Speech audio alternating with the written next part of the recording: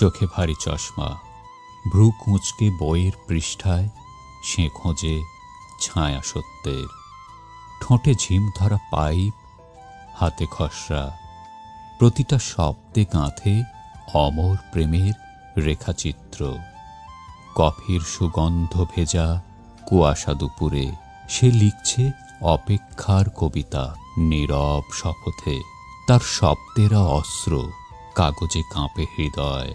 প্রতিধ্বনি হয়ে বাজে তোমার নাম। পাতার ওপারে তুমি, তোমার শাড়ির আঁচলে মেঘ। চুল খুলে বসেছ মাধবী লতা ঘেরা বাতায়নে। তোমার স্পর্শে কালই জেগে ওঠে, চরিত্রে ঢেউ তোলে, তবুও তুমি অধরা।